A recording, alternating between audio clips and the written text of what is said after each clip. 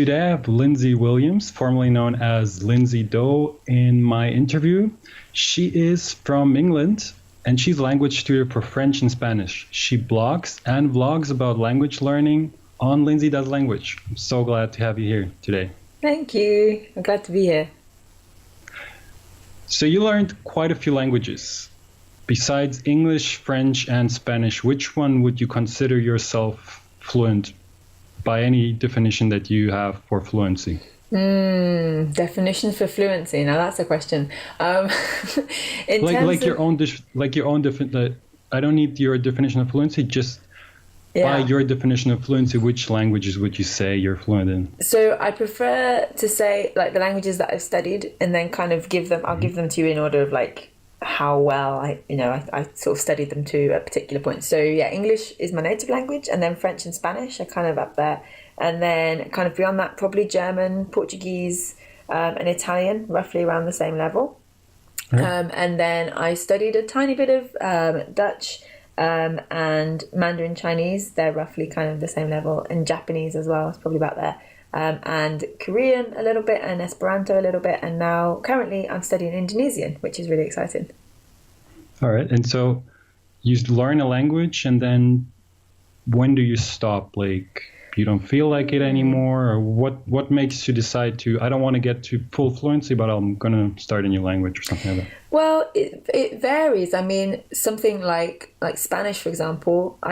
French was the first language the first foreign language I studied, and I started that when I was about 7 or 8. So we're talking like 20 years ago nearly, which is crazy to think. But, to say I've studied French for 20 years would be wrong, because I haven't. So there's that idea of how long do you say, oh, I'm going to study a language for a year or for 6 months, 3 months, a month, whatever, and then judge how far you get. Is quite difficult. So it varies. I mean, it's been a case of German, for example. I studied for 1 year initially, a 1 year course, because it was it's kind of a set course.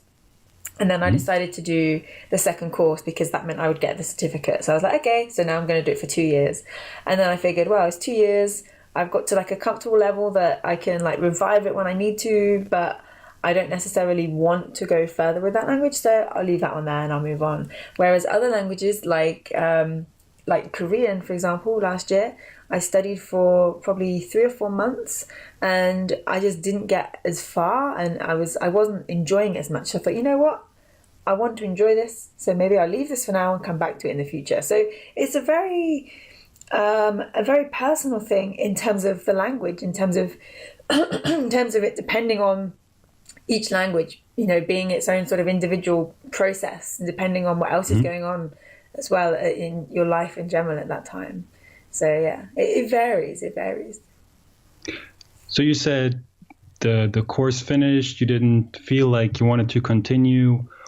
But like, what was your ultimate goal with a language that you learned? Like, if you didn't get to, say, fluency, did you just learn it for the fun of it, or did you plan to use it at some point? Like, what was the goal with language that you kind of stopped earlier? I think perhaps this is where I'm maybe a little bit different from most people, in that I think it feels like for most people the idea is they want to communicate, they want to speak with people. Whereas for me, I'm sorry, recovering from illness, so that's why I am. Sorry. I'm kind of a little bit more introverted in that sense. So even in English, I don't just go out to whatever and go, hey, hi, my name's Lindsay, how are you? So for me, speaking was never a big thing. It was never a case of like, I want to go and talk to the people and meet people. So it's always been more about just, I enjoy that process of learning a language, and I enjoy kind of the routine of it as well.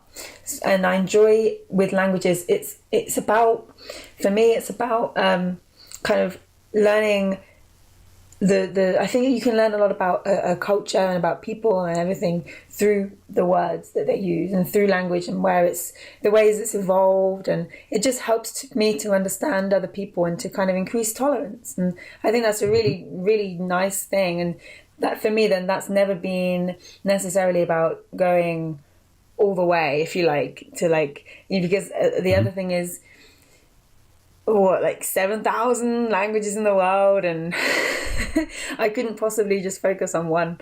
Yeah. All right. So you mentioned fun is very important for you. And I feel like many language learners don't think that they can have fun while learning a language, or they shouldn't have fun while learning a language. How do you make it always fun to actually learn that language?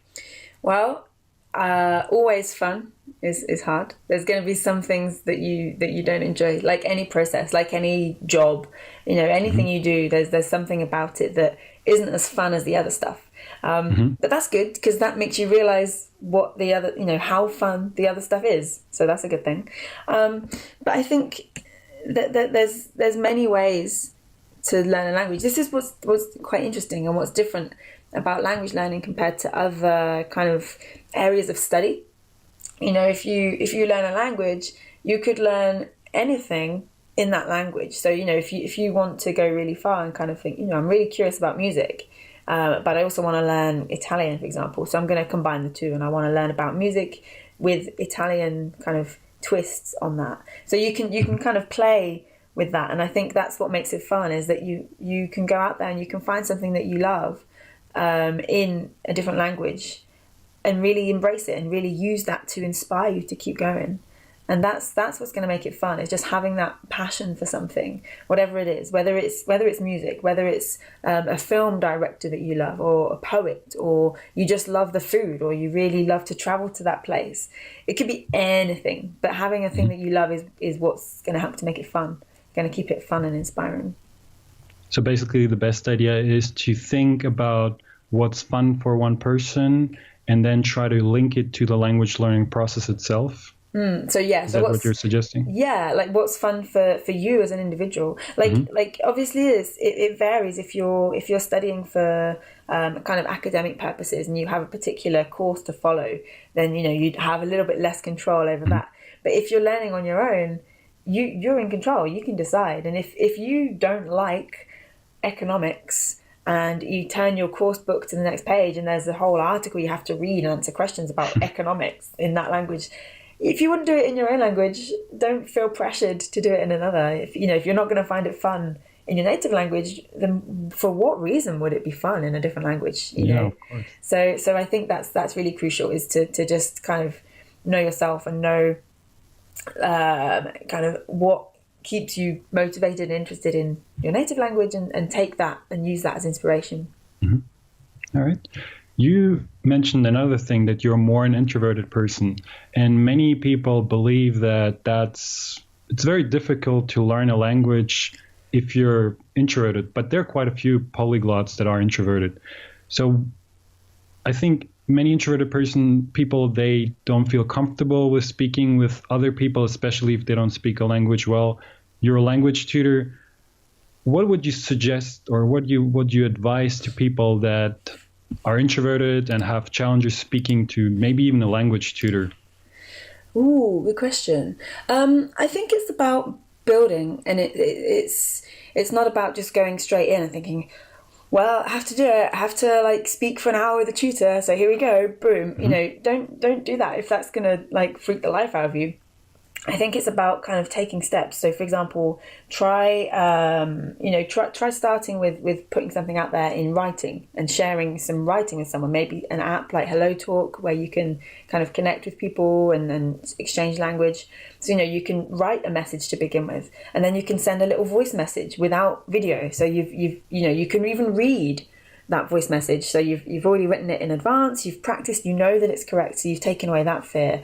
And you're just reading and sending it to someone, and take it step by step. And that's what I'd recommend, is to, rather than just throw yourself in, if you know that's going to be terrifying, ease yourself into it gently and just enjoy the process as well, so that it's not kind of just terrifying. You break it down, even if it's really, really tiny steps, whatever it is for you personally, to get to that point where you need to be able to communicate with a tutor for an hour, as the example that you gave. And I think once you do that as well, you can then begin to kind of refine that process. And that's another reason I love learning multiple languages, is that every time I start a new language, I'm like, right, this is going to be the best one. This is going to be the one that goes to like C2 in 6 months, because, you know, you get better and better at each time, and you begin to learn about yourself, you know, as a language learner, but also as a person, about, you know, how disciplined you are, and you know, how well you can kind of use your time and all of that stuff, which is really cool, because then that's transferable to other areas of life. But yeah, I think that's what I would say in answer to your question, getting sidetracked slightly. In answer to your question, is to take it step by step, and really just don't sweat it, you know. Make it easy but challenging for yourself, but not crazy challenging that you're going to freak out. And, yeah. Yeah, don't start learning a language today and have a 1 hour talk tomorrow. Yeah. Just like go really small steps. Yeah. Yeah, I mean, great advice. For some people that would be fine. And the idea of like, oh, I'm going to start learning. I'm going to have an hour every day for a week, this very first week.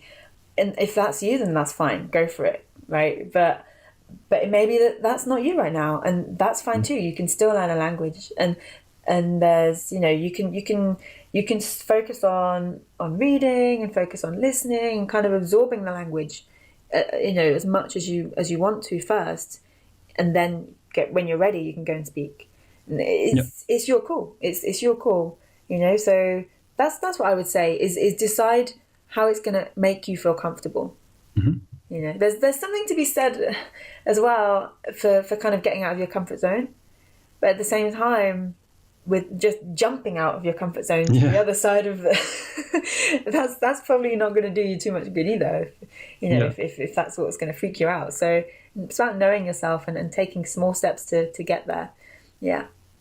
All right, and let's continue those small steps. So now somebody's ready to have a language tutor for an hour, and you're a language tutor. What would be the optimal process to learn a language with a language tutor, for instance? I think the best language tutor you can get is someone who's very adaptable and very flexible to you, because, like I said, you know, when you're learning on your own, you're in control. So even if you get a tutor, you don't necessarily need the tutor to kind of lead you every step through that course book. You can be doing that kind of thing on your own, and the tutor then needs to be guiding you in the right direction and testing kind of where you're at and what you've learned.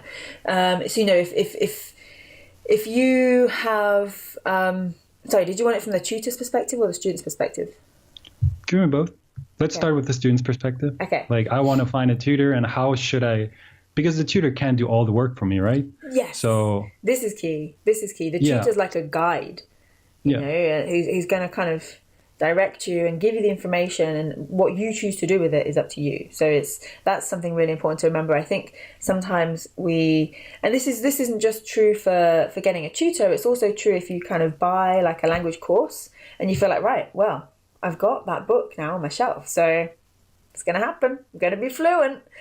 But it's not quite that simple, you know. I've booked that lesson, so I just sit there for an hour. It's going to happen. I'm going to be fluent. It's like, no. You know, so I think as a student, understanding that first of all, and accepting that, you know, yes, you've got a tutor and you've booked for an hour. Yes, you've got the course book, but you also need to put in the work. It's down to you at the end of the day. Accepting and understanding that. And second, kind of also accepting and understanding that it's okay to tell your tutor what to do. There's a difference, I think, between a teacher and a tutor. And a teacher is someone who tends to, in a traditional sense, a teacher is someone who would stand at the front of the room and tell you the stuff. You know, that's the kind of what we expect when we think of teacher. Whereas I think a tutor, in more of a personal setting, kind of, you can say to the tutor, I've learned this, and I want to go over this particular grammar point, or I want to talk about this topic today. And you can navigate those lessons yourself. And I think as a student, understanding that and being confident enough to tell your tutor what you want to learn is really key. And that's how you're going to get the most from them as well. From a tutor's point of view, it's about giving that particular student what they need. And so having these kind of your resources and your methods in place and adapting them on an individual sort of one-on-one basis. The example I always give here is I have a student who loves Doctor Who. So from time to time, you know, we're learning Spanish. He's learning Spanish. And from time to time, I'll kind of find a Doctor Who clip in Spanish on YouTube, or find a review of a recent episode in Spanish online or something, and we'll use that as the stimulus for the lesson. Because, you know, even though I have no other students that would care about that, you know, I'll take the time to use that and to kind of pick the grammar points or the vocab from it that we can then kind of build upon in a different setting. So we can use that and begin with that, and then say, right, well, let's just take a look at that sentence again. What does he use there? How does that work? And then go on to explain a grammar point from that, rather than just, right, grammar, let's do this. Test. You know, so I think that's really important to remember as a tutor, is that every student is an individual and needs to be treated that way. And don't be afraid to spend time kind of creating individual resources for students as and when you need, because that's what's going to make them go further as well. It's like we mentioned about making it something that you love, right? Kind of taking advantage of those things you enjoy. That idea also reflects onto the tutor of using, you know, Doctor Who in Spanish, whatever it may be. So I think that's really key. All right. So you touched already upon the topic of being a good tutor, like looking at it from the student's perspective. That student likes Doctor Who, so I'm going to motivate him to learn Spanish by Doctor Who in Spanish. So what other traits are important for a good tutor? Like, for instance, if I want to choose a tutor, how can I find out whether somebody is a good tutor? What do you think makes a good tutor? I think what makes a good tutor, I think there's a few things. It's about being patient is crucial, and about being flexible would be the two key words, I think. Patient and flexible. Because we'll kind of go over them one by one. In terms of patience, having someone sat there when you're trying to pronounce a word, for example, going, no, it's this, and you're like, I don't understand, you know, no, let's try it again. You don't want that. You know, also, okay, you're almost there. Maybe just try changing this. Patient, and then kind of giving guidance as you're being patient with stuff is really key. But then in terms of flexibility, like I mentioned, that idea of not just thinking, okay, we need to cover future tense, so here's my future tense worksheet, here we go, there we go, done. You know, being flexible and thinking, well, here's my future tense worksheet, but this person also really loves, stick with the Doctor Who example, how can I incorporate that into teaching them future tense? How can I kind of adapt this for that particular student? So being flexible in that sense, but also in the sense that you may plan and prepare a perfect lesson. You turn up and the student says, I have homework that's due tomorrow. Can you help me quick? Okay, lesson is shelved. Let's focus on your homework. So being flexible in that sense as well. So patient, flexible.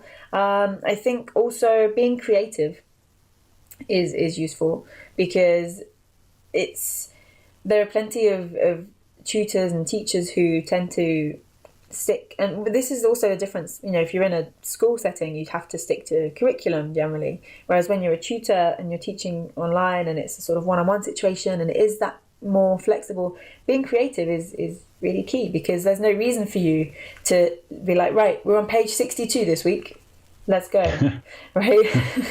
And so I think that's also really crucial. And if you're looking for a tutor, and if you're trying to decide, is my tutor patient, flexible and creative, you know, and do they have any other quality that's right for me? I think it's about, I would recommend seeing if they have any other content around online. You know, do they blog? Do they have any videos that you can kind of check out and think, actually, yeah, I like the way this person speaks. I like what they have to say. That can be a really great indicator if a tutor is right for you. Because the thing is, not every tutor will be right for you. It's that idea of if you find someone, you know, on Hello Talk, for example, and this person speaks Spanish, brilliant, so now they're going to teach me Spanish. You can't just assume that everyone that speaks Spanish is A, going to be a teacher, and B, going to be willing to teach you Spanish. You know, so it's that. And it also then applies to tutors. So even when you narrow down that group to just people that are tutors specifically, and say, well, you're a Spanish tutor, you'll do. Not necessarily, because, you know, they may not be the Spanish tutor for you. They may not be the right person to teach you. And I think a good tutor as well will be honest in that sense when either you're not you're not kind of a good fit for each other. But also when you're kind of ready to move on. So there might come a point where you think, right, you know what, actually, you don't need me anymore. What you need now is X, Y, Z. And being able to tell a student that is really crucial. Sorry, I'm losing my voice. But yeah, I think that's kind of patience, flexibility, and creativity are 3 key things to look for. And then to spot them, see if they have any content around, see if there's something that you can use as an example to kind of see, yeah, they do look like they have these qualities that I'm looking for in a tutor. All right. So now I started with a tutor. I started learning Spanish, for instance, with you. And as you said, that's not going to be enough. I'm not going to learn by having a 1 hour lesson with you. What would you tell me now to do for the rest of the week to improve my Spanish? This is also crucial.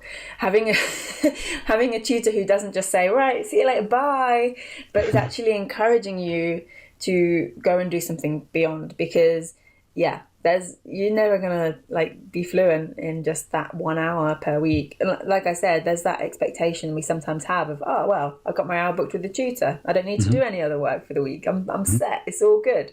No, not necessarily. So a tutor that that recommends things you can do is really good, really, really important. So maybe it's that they have, 10 minutes of the lesson time that they dedicate each week to saying, right, maybe it's even 5 minutes at the start and at the end. So 5 minutes at the start saying, what did you do last week? Did you do everything that we discussed? Did you kind of get any work done every day? How many new words did you learn? Whatever it could be. Then at the end they say, right, next week, what are you going to do? What's your plan of action? So you've got this kind of review and goal setting each time that you meet. That can be really, really beneficial as well. And perhaps with some students, what they might need is almost kind of like a little kick up the bum midweek, to just like an email or a text message or whatever to say, hey, how's it going? Have you done what you said you would do? But again, it's that personal thing of deciding, what's right for this student. Does this student need that in particular? So in terms of what you can do in between, there's so many things. Some common advice you give. Yeah, I think what I tend to say is that, coming back to the idea of finding something that you love. So finding something that you can enjoy every day. So it could be that you kind of incorporate the language into your life more. Maybe you find a YouTube channel that or a YouTuber that shares videos in that language. So you say, right, well, when I'm washing up, I'm watching that person's videos. Or you find a podcast and you say, right, when I'm driving to work every morning, I'm going to listen to that podcast. So something really simple that can then be easily incorporated into your life. So it's about creating a habit. And that kind of comes around to the second thing that I would often encourage. So finding something that you enjoy, that you don't have to focus on, that can just be integrated to get that extra exposure. And second, making something a habit. Now, it could be that that's the same thing, or it could be something different. So, for example, it could be that you have Memrise, which is a daily habit, so that every day you learn 5 new words on Memrise. It could be that you have Duolingo or Anki or whatever kind of app you choose to use every day. It could be that you're choosing to write 5 sentences every day. Well, it can be quite a flexible thing, but having something that can then become a daily habit really easily, sort of like while you're having breakfast, while you're brushing your teeth, while you're, walking the dog, whatever it is, those 2 things. So finding something that is kind of going to increase your passive exposure to the language and that you enjoy, and also finding something that can become a habit. And like I say, it could be the same thing. It could be that there's a crossover there, or it could be that it's kind of two separate things. But both of those, I think, are really important, because I think saying, okay, right, student, we've finished our lesson, so go off for the week, study for 2 hours every day. That's not great advice, because number one, you're not saying what they have to study. Number two, 2 hours every day is a long time, and it's the kind of commitment that maybe you'll do for like a day or two, and then after that, you miss a day and you feel like a failure. You feel like, I haven't done it today. Maybe I'm not cut for this. I'll just kind of ignore it and pretend it's not there, and I'm never going to catch up now, so I'll forget it. And that can be quite damaging, because then it feels like a chore, and it feels like a sort of, it's got this kind of negative connotation going on inside, and we don't want that. You want it to be positive. You want it to be enjoyable. So rather than saying study for an hour a day or study for 2 hours a day, I would tend to say make something a daily habit, even if that daily habit is 5 minutes, and then you have like, you know, an hour on Wednesday evenings when you're free, where you do most of your study. As long as you've got something daily that just keeps you kind of ticking over, that can be really beneficial. And I think that's really crucial as well. Just a daily habit, whether it's 5 minutes or 50, it doesn't matter. I think it's important to just get it routine, because it makes you feel good. It makes you feel like, you know, I have learned a little bit of language today. Even if it's just a little bit, it's all good. All right. So now I think habits are great as well, but I think many people struggle developing those habits. I sometimes struggle myself. So I want to use that app for 10 minutes a day. So I do that I do that tomorrow and the day after, but then I forget. And then maybe like 3 days later, I remember. So how do you actually build habits that stick? Good question. So I think the idea of starting small is really key. You know, so start with just, let's say it's memorize that you want to make a habit. Start with memorize. Start with just watering one session. Right? And so that's going to take you like a minute maximum. And set yourself like a time when this is going to happen every day. So rather than thinking, oh, at some point today, I'm going to find a minute or 2 minutes to just sit on my phone and memorize, rather than thinking it's going to happen at some point, I'm going to find the time, make the time to sit down. And it could be for me, I tend to do memorize when I'm having my tea with breakfast. So I'll eat. So and well, no, the weird thing is I don't actually drink black tea, like English tea. It's like mint tea or whatever. It's weird. Okay. But yeah, it is. It sounds very English. So I'll have my tea and I'll do my memorize, because then I have a hand free. Whereas when I'm eating, I'm a bit, you know, hands full. So that's the way it's just happened, because that was always the time that I was like available. By that, I'm a slow eater as well. So by that point, my husband's gone and he's gone off getting ready for work. So I'm on my own. So it's not like I'm just being antisocial, you know. So find that time when you're probably on your own. It's probably a useful factor of that, where it's regular as well. And just begin to incorporate it. And like I say, start small. So start with just, okay, I'm going to just do one little session each day. And then maybe after that, it's like, right, now I'm going to set myself, I think on memorize, the smallest goal is like 5 words a day. So I'm going to set myself the goal on memorize to get the streak. And then you've kind of got that to keep you going. And then if you need, you could even go a step further. You can print out like a habit tracker where you can just have on your wall somewhere. So you can see this kind of visual representation. And you can just colour in every day, you know, the box of memorize today. Yes, just a little done.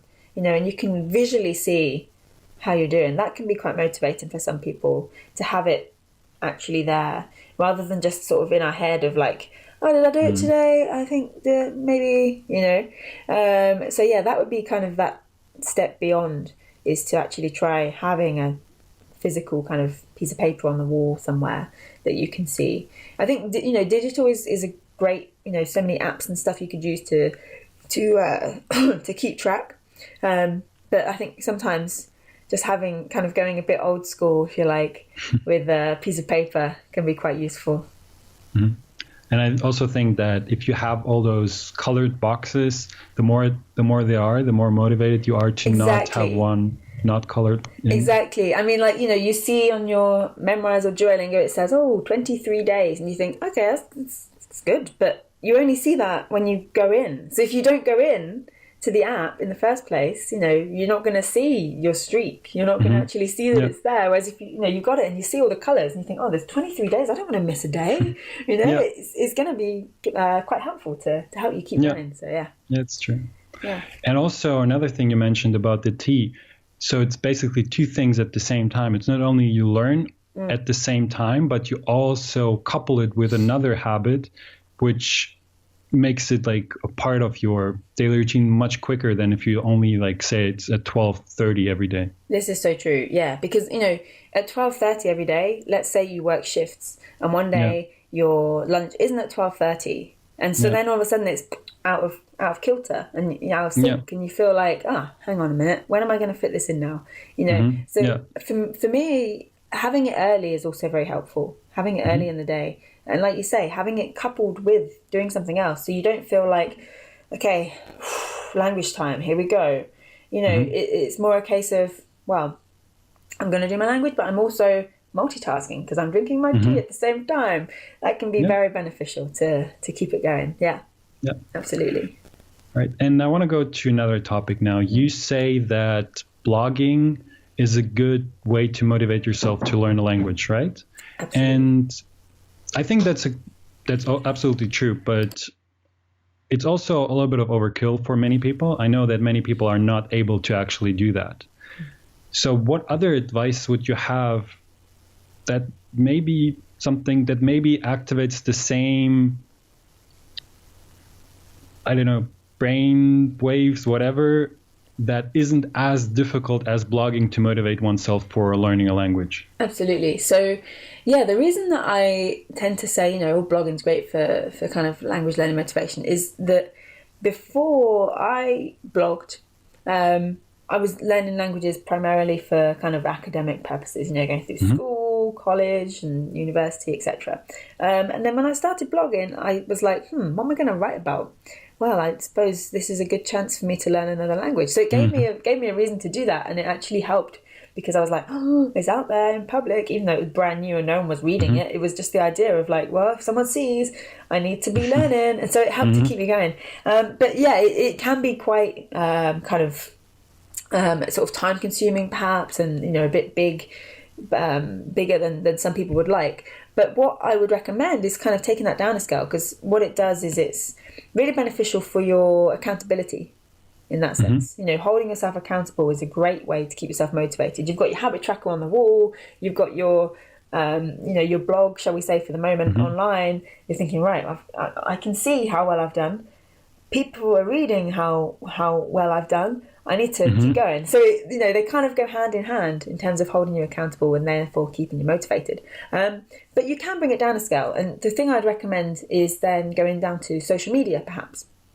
We all have a Facebook account, I'm sure, if nothing else. And it's really, really easy. I wrote about this, in fact, last week on my blog about using Facebook for language learning. It's really easy to tweak your Facebook and make it into this kind of language machine, if you like.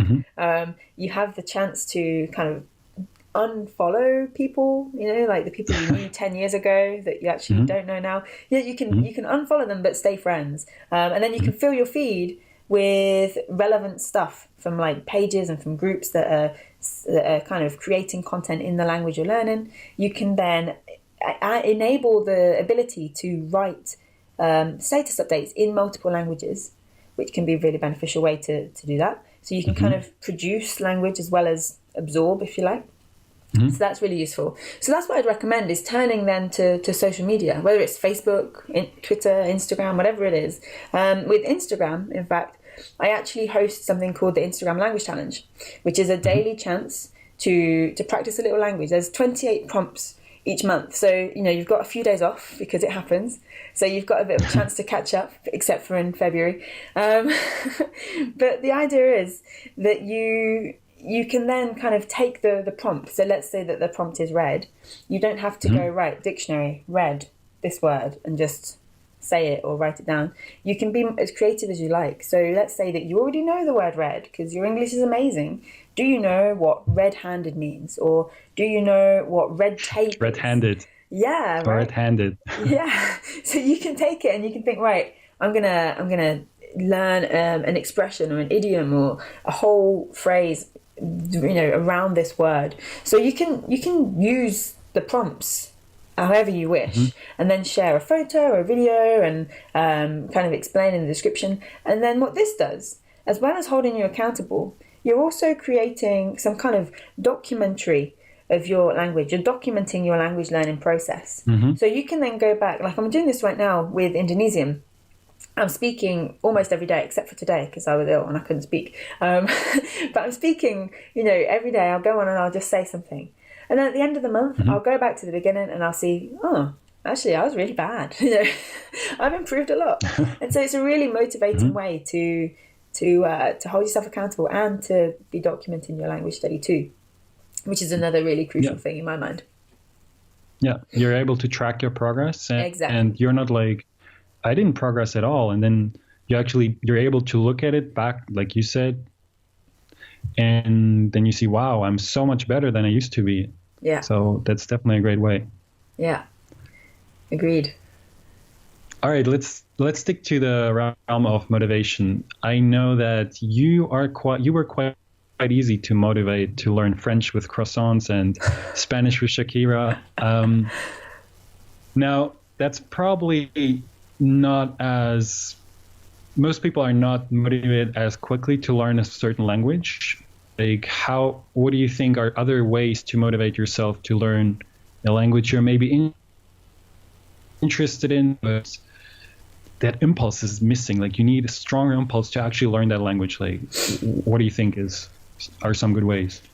Well, there has to be something, I think, and it varies whether or not you're learning a language for, whether or not you have to learn a language. That could be kind of school, work, like immigration, if you're having to move to a country, for example, or whether or not you want to learn a language. And if you want to learn the language, in theory, the motivation to keep going should be easier. Not necessarily always, but, in theory, that's kind of like, well, I want to do this. So it's there. But then, of course, on the other side of that idea of wanting to learn a language is the idea of kind of dreaming, if you like, about learning a language. That sort of, wouldn't it be cool if I could speak Korean fluently? Oh, that would be fun. That kind of floaty image of it, where actually you want to have the end result.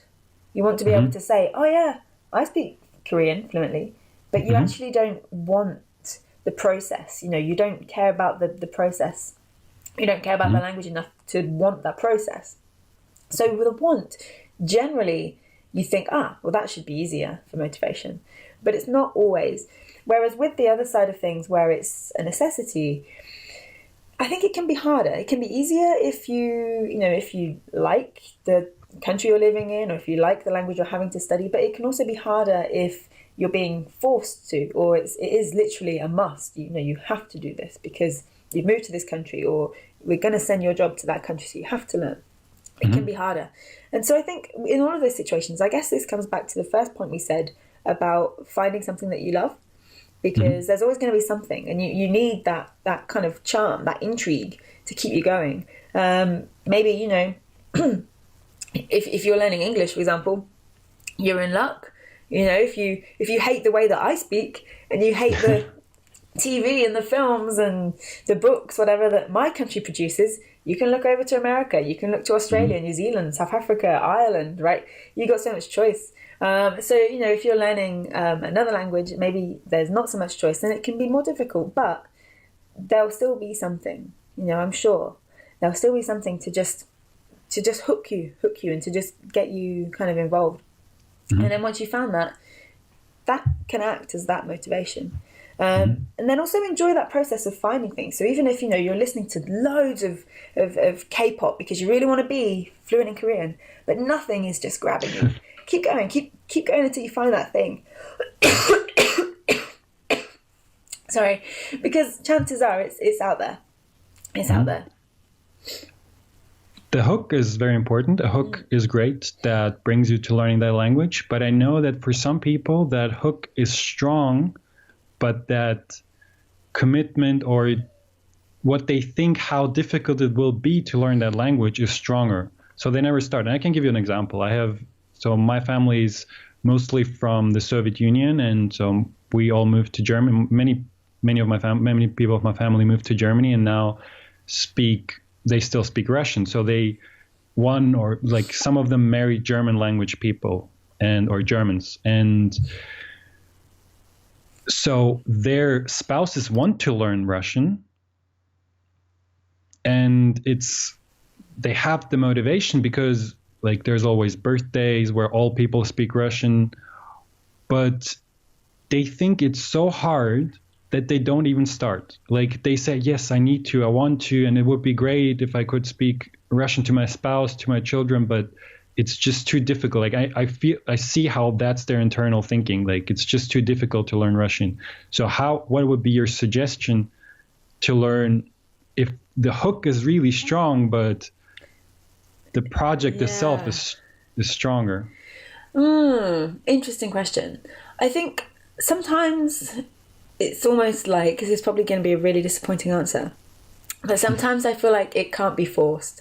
And, learning a language, it won't be for everyone, although I wish it could be.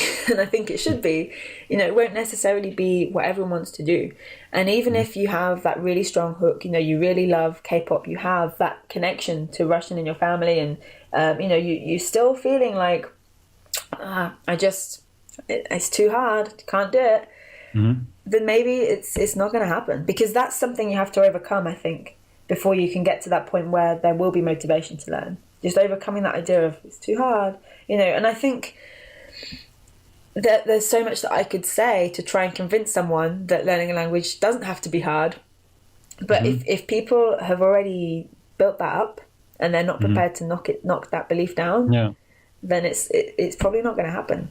It's just that's the unfortunate truth. But I think it can be knocked down. I think that language learning, if someone says to me, it must be so hard, how have you studied so many languages? I say, well, you're talking to me in a language. We've all learned a language. Even if we learn our native language, kind of in a different way to how you then go on to learn a second, third, fourth, whatever language, you've still done it. You've still gone through that process. This is something that you can do. It's not like you're learning to play a musical instrument and you've never even touched a triangle, let alone a guitar or a saxophone. It's like, this is something that you have done. If you're asking me the question, how do you learn a language? And so I think that that's something I tend to say to people when they say, I don't think it's the answer they want. When they say that, I tend to go, oh well, you've done it, so you can do it again. But I think it's unfortunate. But if some people just feel like, no, it's too hard, I'm never going to do it, then unless they're really willing to get past that thought and to kind of move past it, and then find the motivation, and then find the hook of something they love, then it's not going to happen. That's the limiting belief that will stop it, unfortunately. Yeah, it's true. There is no magic pill. And, all right, so another topic. Okay. I know you learned a few scripts, and that's something people struggle with. And like, once you understand how to learn the script, it's quite easy actually, and you can do it really quickly. So say tomorrow I come with a gun to your head and tell you to learn a completely new script within that day. What would you do? First of all, I'd call the police. Second of all, you can't. You have a gun to your head. Well, in that case, I think what I would do is, it depends, because they're all so different. Like, there's these common themes of things that I learned. So I think what you're talking about is I 2015 maybe, 2015 was when I did that project where I sort of just went way into language scripts and dove right in. And what was interesting is I then began to see patterns. So I began to see, for example, a lot of languages from kind of the sort of Indian subcontinent and that region of the world, that it's not A, B, C, D, E, it's kind of K, K, G, G. There's these different patterns of how they work. And then you've got the idea of diacritics. I'm not sure can't remember which way around. Some scripts, I think Arabic and maybe Hebrew are examples where you have the vowels that are then kind of added as markers around the letter. Or not. Yeah, really exactly. And so there's that element too. And you then begin to see that, this language has those. It's fine. I know what that is now. So I don't know, like where to begin with that.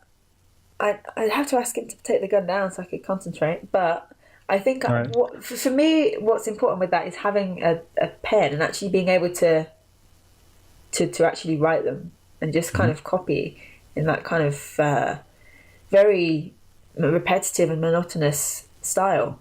But for me, I'm quite sort of physical. If I'm just looking at it, and going, nope, not going to go in my brain. I need to actually be doing it myself. And so it could be, yeah. So kind of writing it down a few times, maybe sort of writing it in other ways, like if there's sand in this room where I've got a gun to my head, kind of writing it in sand, or, you know, just in the air even, you know, whatever it is, just to try and picture them and hook them up. And also what I've heard some people try with this is to try and picture a shape. I don't know if you've heard of Chinesey. Yep, I have heard of it. Like mnemonics. Really cool. Yeah. It's like very visual. It's kind of, it's art, really. So I forget the woman's name. I think it's Shanli, I think. And she's created this huge, amazing set of images. So it's like, you know, person, for example, it looks like this. But then she's drawn around the character so you can see, oh, it is a person. And so having that sort of visual clue can be really helpful as well. So maybe think about some of those that you can use to help you remember, like, oh, this one looks like a word that begins with that sound in the language I know already. So, yeah, there's a few different ways. In reality, I'd probably just panic and not be able to learn a thing, but yeah. Well, all right. It was so great. Is there anything you want to add? I don't think so. I think we're all good. I mean, if you'd like to find out more, if you're watching, feel free to visit lindsaylanguages.com. Yep, I'll link to it for sure. That's where you can reach me and get in touch and find out everything, videos and all that stuff. All right. Well, thank you so much for participating. It was great to have you on. You're welcome. Thank you.